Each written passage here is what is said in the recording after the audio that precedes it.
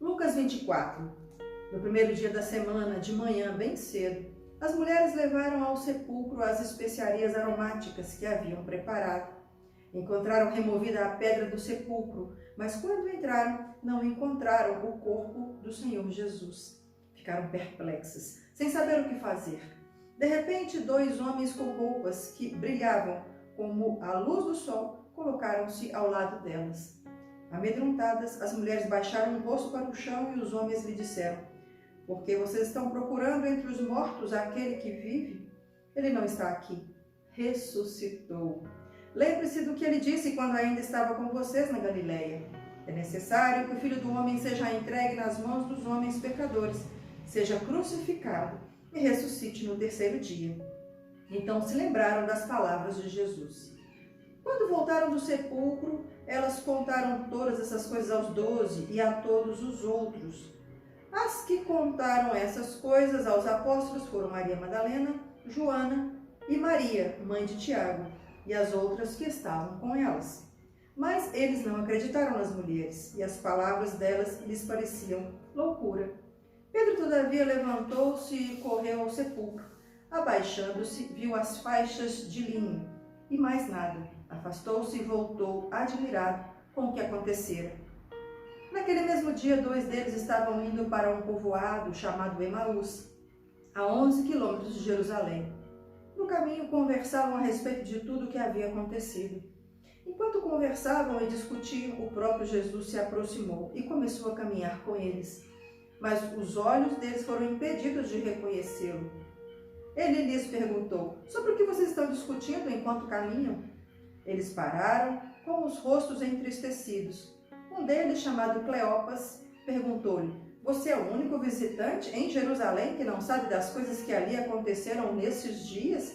"Que coisas?" perguntou ele. "O que aconteceu com Jesus de Nazaré?" responderam eles. "Ele era um profeta, poderoso em palavras e em obras diante de Deus e de todo o povo. Os chefes dos sacerdotes e as nossas autoridades o entregaram para ser condenado à morte e o crucificaram. E nós esperávamos que era ele que ia trazer a redenção a Israel. E hoje é o 3º dia desde que tudo isso aconteceu. Algumas das mulheres entre nós nos deram um susto hoje.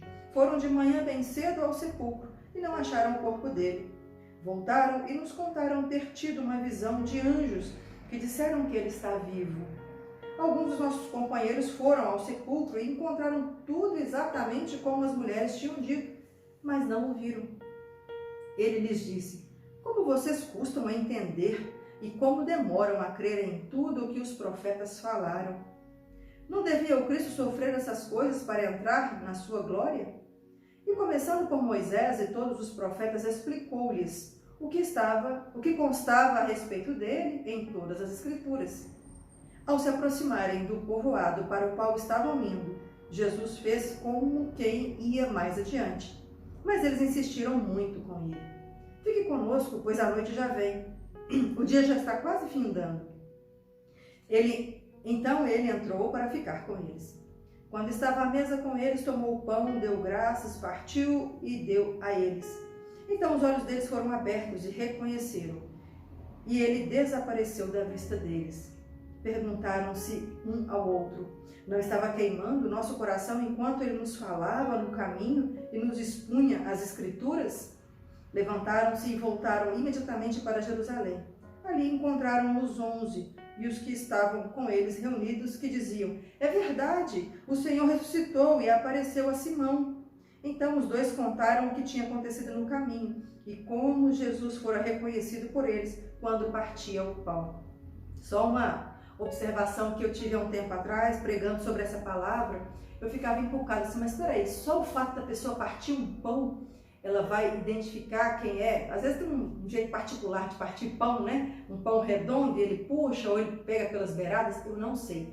Mas eu ficava encucada que Deus não pode ser isso, não pode ser só um simples ato manual de partir um pão que eu reconheço quem é quem. E aí Deus me deu o discernimento de que o partir o pão nada mais é a própria morte, né, de Jesus, o pão esmagado, partido, moído ali naquele lugar. Então, naquele momento, quando Jesus parte o pão, eles compreendem exatamente, os olhos são abertos, eles compreendem quem Jesus era, a sua missão, a sua ressurreição e a importância disso. E por isso voltam para a cidade, para anunciar aos outros discípulos esse entendimento daquilo que Jesus falou assim, olha, vocês não vão entender por agora, mas na frente vocês vão compreender. Então, com esses dois, no caminho de Emaús, eu entendo assim, que seus olhos são abertos para compreender o sacrifício de Jesus. Vamos finalizar. Versículo 36. Enquanto falavam sobre isso, o próprio Jesus apareceu entre eles e lhes disse, paz seja com vocês. Eles ficaram assustados e com medo, pensando que estavam vendo um espírito. Por que isso? Por que não reconheceram o corpo de Jesus? Porque apesar de parecer Jesus, o corpo é glorificado. Então haverá uma diferença e por isso não há o reconhecimento logo de imediato. Mas haverá coisas similares, também creio dessa forma. E ele lhes disse, por que vocês estão perturbados e por que se levantam dúvidas no coração de vocês? Vejam as minhas mãos e os meus pés. Então ele tinha mãos, tinha pés, tinha a ferida, né, no seu corpo, no seu punho acerca da cruz, da crucificação. E aí você pensa, Jesus agora está preso, vamos falar assim, né? Num corpo com a marca eternamente. O que era próprio Deus, habitava nos céus, veio e se fez carne. E hoje ele tem a marca no seu próprio corpo que mostra para as pessoas que já estava glorificado, já tinha ressuscitado e que ele mostra o sacrifício que ele fez por nós. É lindo, queridos, é lindo. Então, versículo 39, vou repetir. Vejam as minhas mãos e os meus pés, sou eu mesmo. Toquem-me e vejam, um espírito não tem carne nem ossos, como vocês estão vendo que eu tenho. Tendo dito isso, mostrou-lhe as mãos e os pés. E por não crerem ainda, tão cheios estavam de alegria e de espanto, ele lhes perguntou, vocês têm algo para comer? Deram-lhe um pedaço de peixe assado e ele comeu na presença deles. E disse-lhes, foi isso que eu falei enquanto ainda estava com vocês. Era necessário que se cumprisse tudo o que a meu respeito está escrito na lei de Moisés, nos profetas e nos salmos. Então lhes abriu o entendimento para que pudessem compreender as escrituras. E lhes disse, está escrito que o Cristo haveria de sofrer e ressuscitar dos mortos no terceiro dia.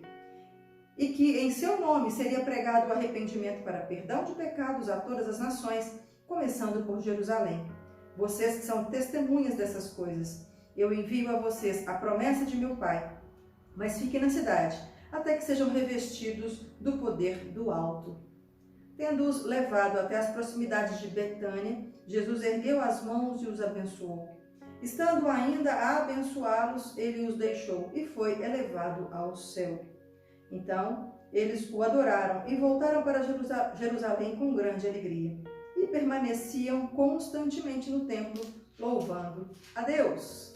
Aleluia! Glórias ao Deus Todo-Poderoso que conseguimos vencer, então, o Evangelho de Lucas. Fique firme, querido, não desanime. Temos muitas coisas a aprender da Palavra de Deus. Nosso tempo só vai sendo acrescido na presença do Senhor à medida que vamos lendo a Palavra, ok? Espero até amanhã poder postar o nosso clipe com a música Jesus Sarau do Bjork, ok? Um abraço, até amanhã para começarmos então o Evangelho de João, para a glória do Senhor. Até lá!